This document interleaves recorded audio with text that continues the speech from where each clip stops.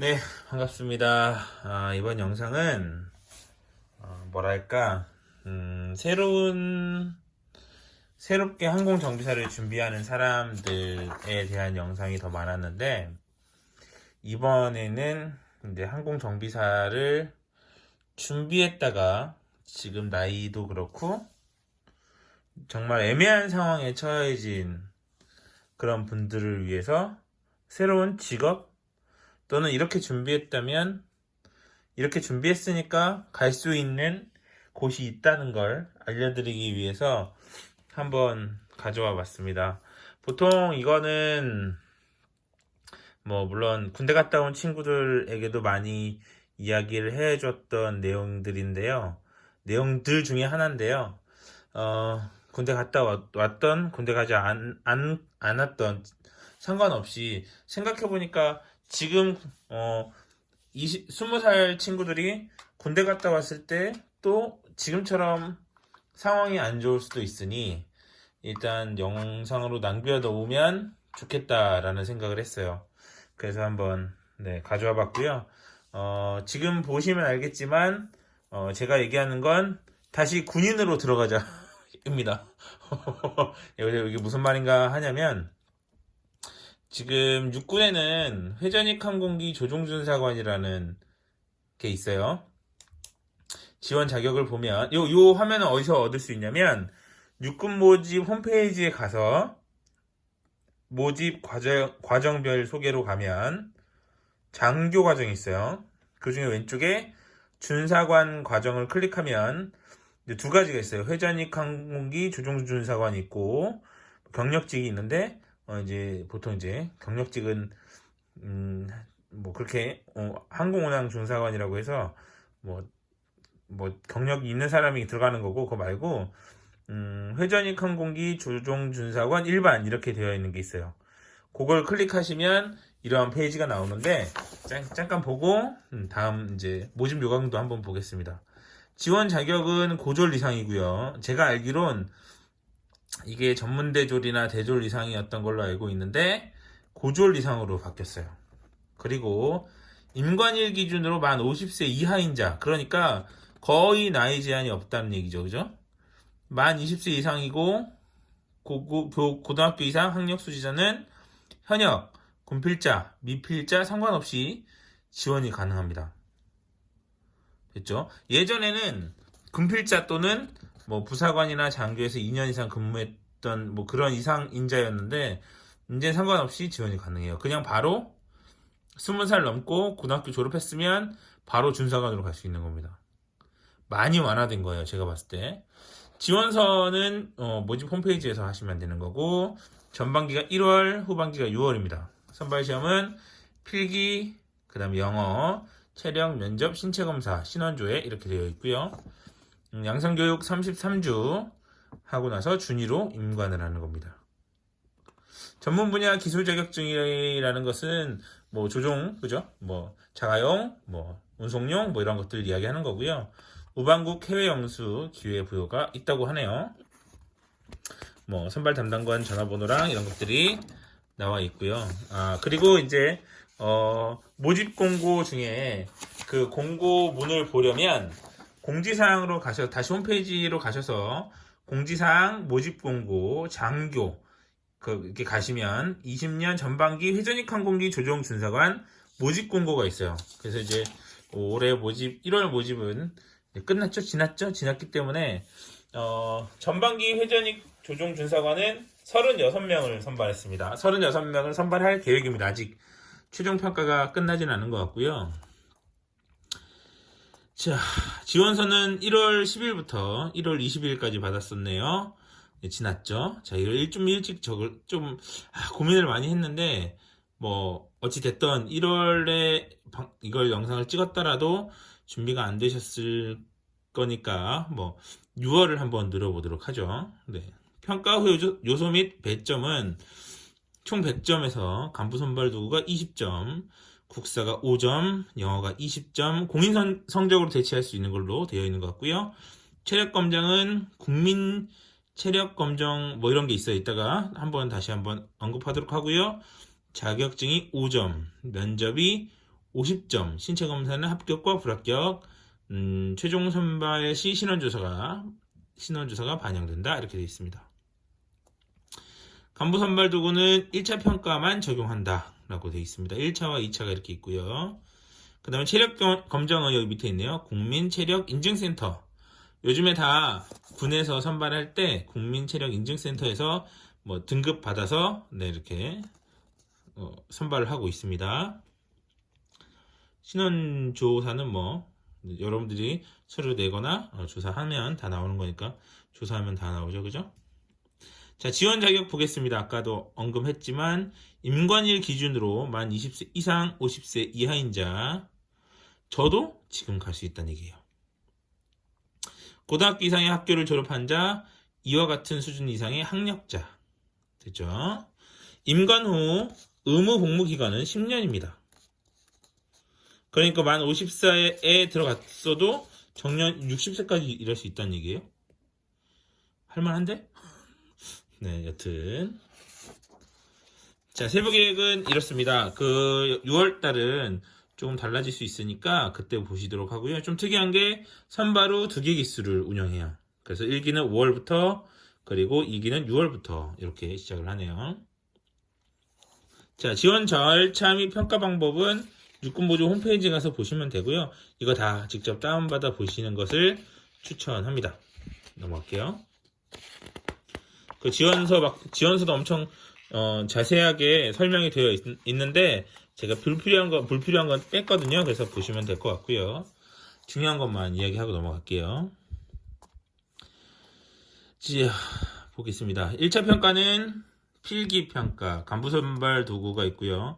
간부선발 도구는 공강지각, 지각속도, 언어 논리력, 자료 해석력, 상황 판단. 요거는 이제 문제집이 있어요. 간부선발 도구 문제집이 있기 때문에 문제집을 좀 풀어보시면 될 것 같고요. 국사가 있습니다. 그리고 국사 문제 요약집도 제공한다고 하네요. 영어는 공인, 어학, 성적, 그러니까 토익이나 뭐 이런 것들이겠죠? 자세하게 이따가 나오지 않을까 생각합니다. 적성 및 인성검사. 이걸 막 제가 알기로는 굉장히 많은 질문이 있어요. 그 질문을 계속 이제 체크해가지고, 아, 내가 나중에는, 아, 정말 이런 사람인가? 라고 생각하는, 뭐 그런 게 아닌가 싶습니다.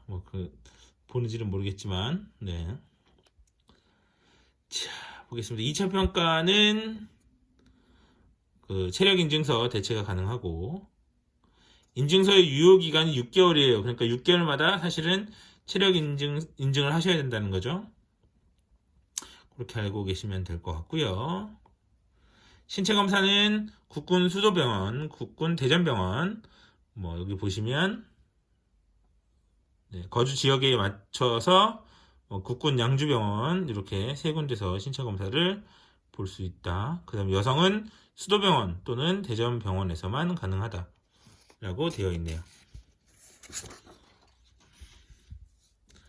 자, 그 다음에 여기 있어요. 공중 근무자 신체 검사 기준.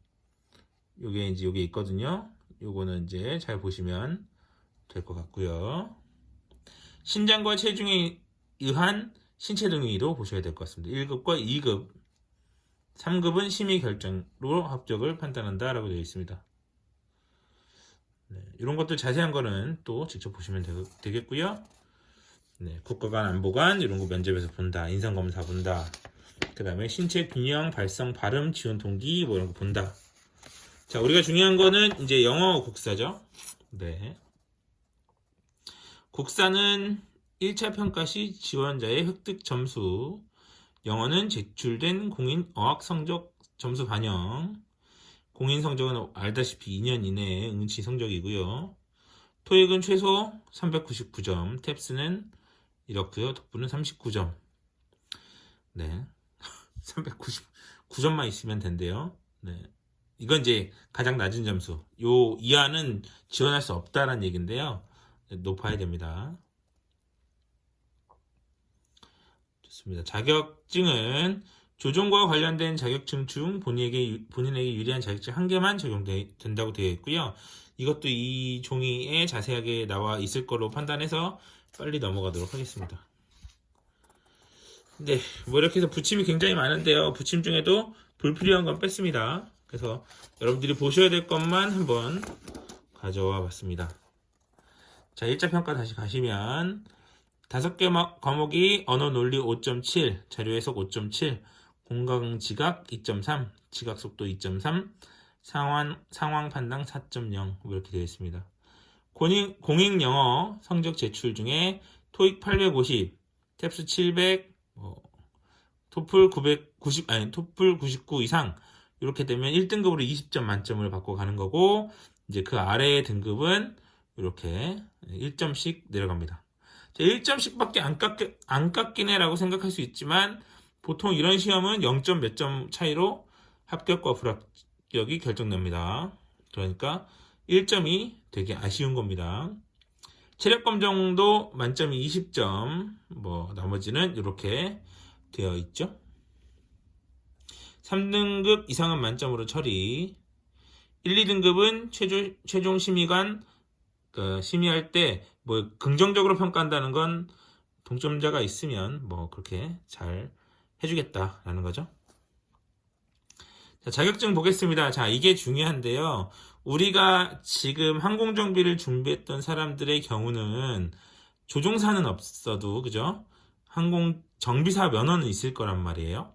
그렇기 때문에 0.2점 빠진 4.8점으로 들어가게 되는 거죠. 이해되시나요?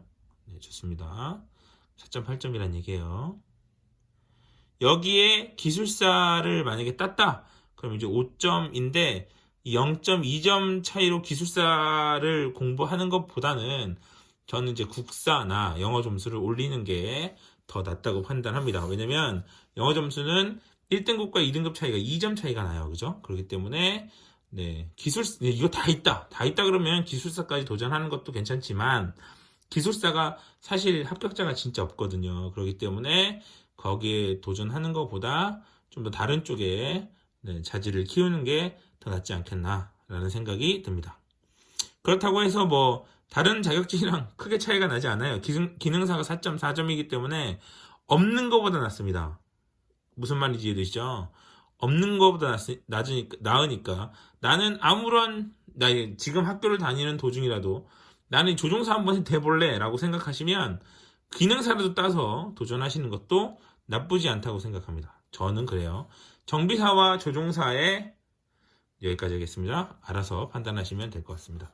면접은 50점 만점이고요. 네, 자세한 것들은 다운로드 받아서 보시면 됐고요.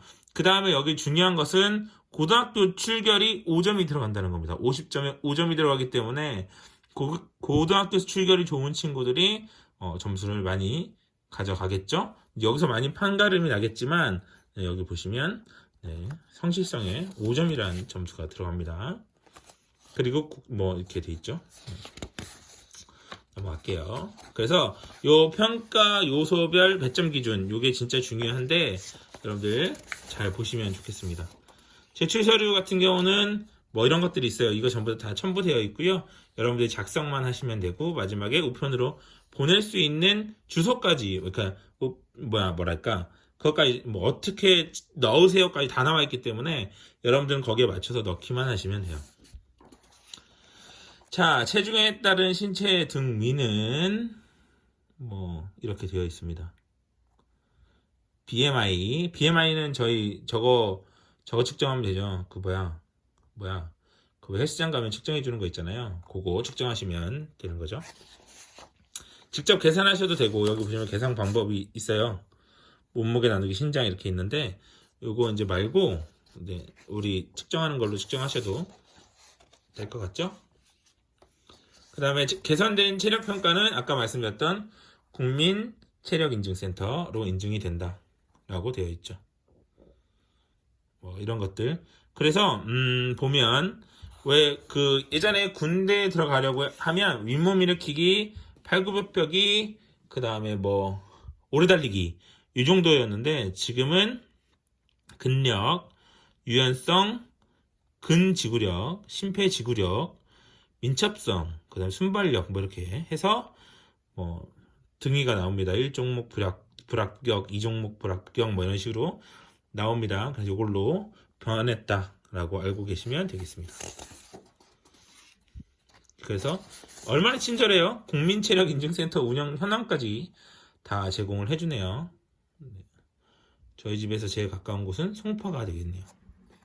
각자가 있는 곳에서 선택해서 보시면 되고요. 부정행위 및 유형 조치는 이렇게 됩니다. 그래서 지금 사실 제가 이런 것을 왜 정비사 준비하는 친구들에게 굳이 이런 영상을 만들어서 올렸냐라고 보면, 사실 여러분들